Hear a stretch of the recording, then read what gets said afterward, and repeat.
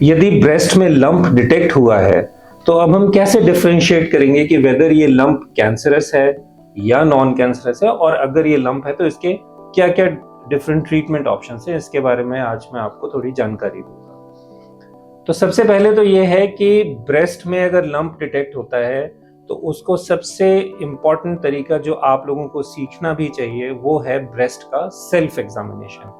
थोड़ा सा मैं सेल्फ एग्जामिनेशन के बारे में बताऊंगा। सेल्फ एग्जामिनेशन करने के लिए आप अपनी फिंगर्स के ये 3 फिंगर्स को यूज करें। इसका जो ये पल्प स्पेस का एरिया है इसको इस्तेमाल करते हुए ब्रेस्ट को फर्मली पैल्पेट करके देखना होता है। अब विजुअल इंस्पेक्शन भी बहुत जरूरी है। आप मिरर के सामने खड़े होके अपने ब्रेस्ट को देख सकते हैं, जिसमें कि कोई अगर साइज में शेप में कुछ डिफरेंस होता है तो वो आपको तुरंत पता चलेगा। इसके अलावा ब्रेस्ट को एक सिस्टमेटिक वे में पैल्पेट करके देखें, और अगर आपको कोई भी एबनॉर्मल लंप महसूस होता है तो आप तुरंत अपने डॉक्टर से सलाह लें।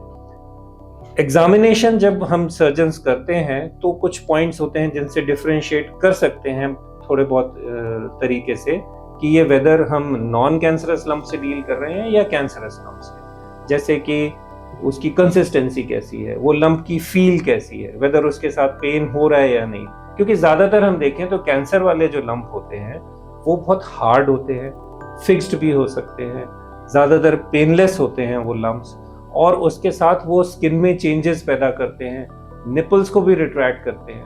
तो अगर ये सारे फीचर्स मिलते हैं तो क्लिनिकल एग्जामिनेशन में हम पता कर सकते हैं कि वेदर ये लंप जो है कैंसरस है या नॉन कैंसरस है। लेकिन इसको कंफर्म करने के लिए फिर हम कुछ इन्वेस्टिगेशंस कराते हैं।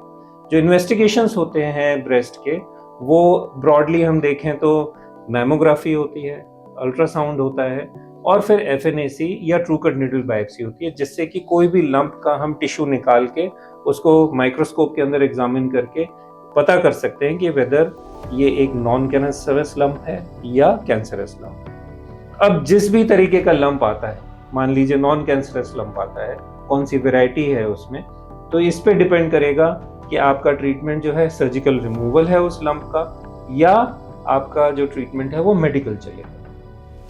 अगर गॉड फॉरबिड वो लंप में मैलिग्नेंसी आती है या कैंसरस आता है तो घबराएं नहीं, उसका भी ट्रीटमेंट है, और उसका ट्रीटमेंट और उसकी प्रोग्नोसिस काफ़ी अच्छी है। ट्रीटमेंट में सर्जिकल ट्रीटमेंट भी होता है, साथ में कीमोथेरेपी या रेडियोथेरेपी भी होती है।